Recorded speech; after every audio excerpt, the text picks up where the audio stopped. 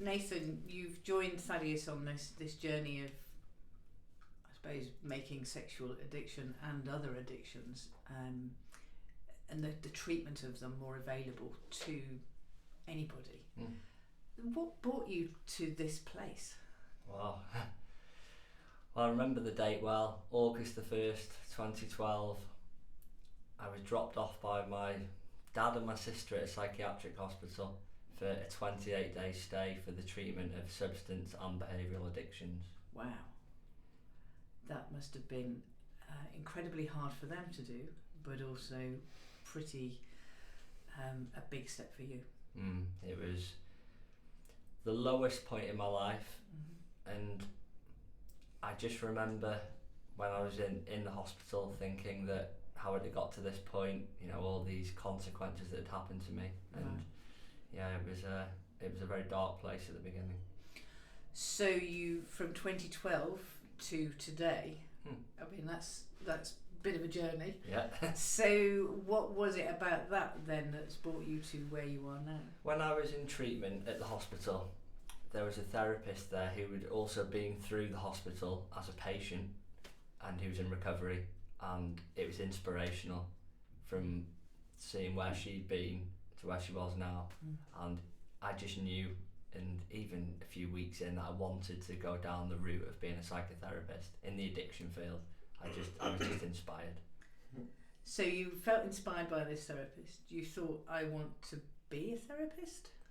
That was the thinking. And I remember taking my certificate of counselling course, and that was in my early recovery, and then it's just then progressed on to more academics such as uni, and then a postgraduate, and now I'm doing my doctorate, so it's been a bit of a progression. And what do you get from working with clients, and in this area, if you like? I think what I find for myself, it's that, and this isn't a knock against people, therapists who work in the field who aren't in recovery, I just feel that I have that deep, strong ability to empathise with clients and create really long-lasting therapeutic relationships. There's just something in that relationship that I saw in my therapist at the hospital. So it's like somebody gets you. Yeah. And that's important. They've walked in my shoes, and I find that is it's very important, and I do self-disclose at times with clients, not too much, just to let them know I understand. And that's important, particularly with people in this arena. Oh, most definitely. Find that clients often say it's the ability that you just get me. You don't need to say anything. You just get it. And it's just about the ripple effect, I call it. The positive ripple effect, where in addiction it's just a negative ripple effect. You harm loved ones, the social, the legal consequences, etc., etc.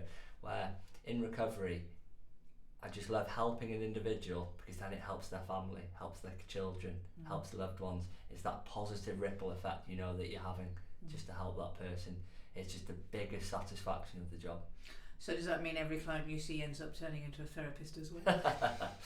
No, I wouldn't quite say that, but it's it's such a rewarding job, and I often say my past is my greatest asset, because it really is, because I use it as a existential touchstone where I can drop back into that pain if someone's relapsed, where I can really feel how it felt when I'd gone through something similar. It just makes me a wholesome practitioner, I'd say.